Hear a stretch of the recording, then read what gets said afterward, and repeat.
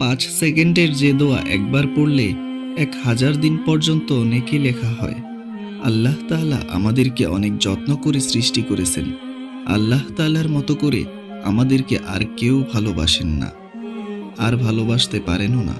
আল্লাহ তাআলা আমাদের জন্য প্রস্তুত করে রেখেছেন জান্নাত, যাহার তলদেশ দিয়ে প্রবাহিত হবে নহর। আর আল্লাহ তাআলার পরেই আমাদেরকে অত্যাধিক ভালোবাসেন আমাদের প্রাণপ্রিয় রাসূল সাল্লাল্লাহু আলাইহি ওয়াসাল্লাম। রাসূল সাল্লাল্লাহু আলাইহি ওয়াসাল্লাম সবসময় চিন্তা করতেন কিভাবে আমরা নাজাত পেতে পারি, কিভাবে আমরা দুনিয়া ও আখিরাতে শান্তি পেতে পারি। তিনি আজীবন আমাদের জন্য শিখিয়ে গিয়েছেন কিভাবে আমরা অল্প পরিশ্রমে অধিক লাভবান হতে পারি। এরই ধারাবাহিকতায় তিনি আমাদেরকে শিখিয়ে গিয়েছেন ছোট্ট একটি আমল, যে আমলটি করার ফজিলত অপরিসীম। আসুন আজ থেকে আমরা চেষ্টা করি ছোট্ট এই আমলটি সবসময় করার, আর অর্জন করি দুনিয়া ও আখিরাতের সফলতা।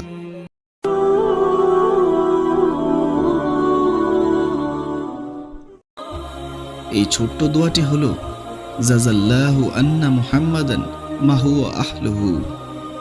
নবী করিম সাল্লাল্লাহু আলাইহি ওয়াসাল্লাম ফরমান, যে ব্যক্তি একবার এই দোয়া পাঠ করবে 70 জন ফেরেশতা 100 দিন পর্যন্ত বিরতিহীনভাবে উহার সওয়াব লিখতে থাকবে।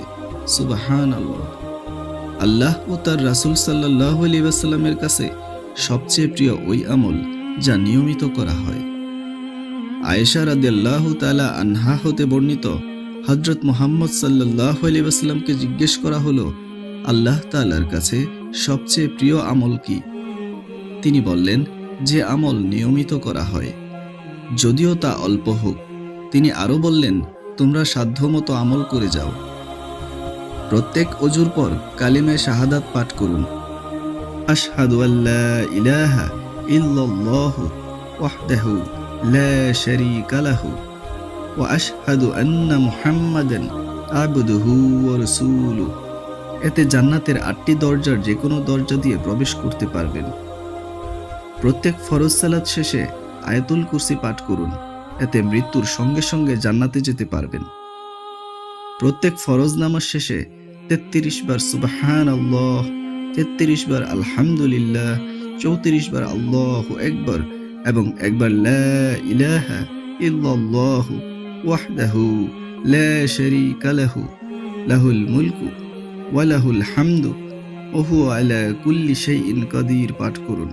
এতে আপনার অতীতের সব পাপ ক্ষমা হয়ে যাবে, সেই সাথে জাহান্নাম থেকেও মুক্তি পেয়ে যাবেন। কেননা 360 বার এই তাসবিহগুলো পড়লেই জাহান্নাম থেকে মুক্ত রাখা হয়। আর এভাবে 5 ওয়াক্তে 500 বার পড়া হয়। সুবহানাল্লাহ। প্রতি রাতে সূরা মুলক পাঠ করুন। এতে কবরের শাস্তি থেকে মুক্তি পেয়ে যাবেন। রাসূল সাল্লাল্লাহু আলাইহি ওয়াসাল্লামের উপর সকালে 10 বার এবং সন্ধ্যায় 10 বার দরুদ পড়ুন। এতে আপনি নিশ্চিত রাসূল সাল্লাল্লাহু আলাইহি ওয়াসাল্লামের সুপারিশ পাবেন। সকালে 100 বার এবং বিকেলে 100 বার সুবহানাল্লাহিল আযীম ওয়া বিহামদিহি পড়লে সৃষ্টিকুলের সমস্ত মানুষ থেকে বেশি মর্যাদা দেওয়া হবে।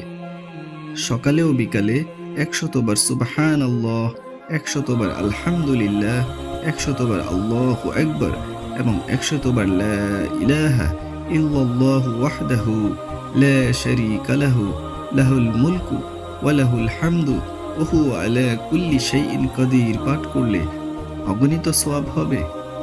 বাজারে প্রবেশ করে লা ইলাহা ইল্লাল্লাহু ওয়াহদাহু লা শারীকা লাহু লাহুল মুলকু ওয়া লাহুল হামদু ইউহয়ি ওয়া ইউমীতু ওয়া হুয়া হাইয়্যুল লা ইয়ামুতু বিয়াদিহিল খায়রু ওয়া হুয়া আলা কুল্লি শাইইন কাদির পাঠ করুন।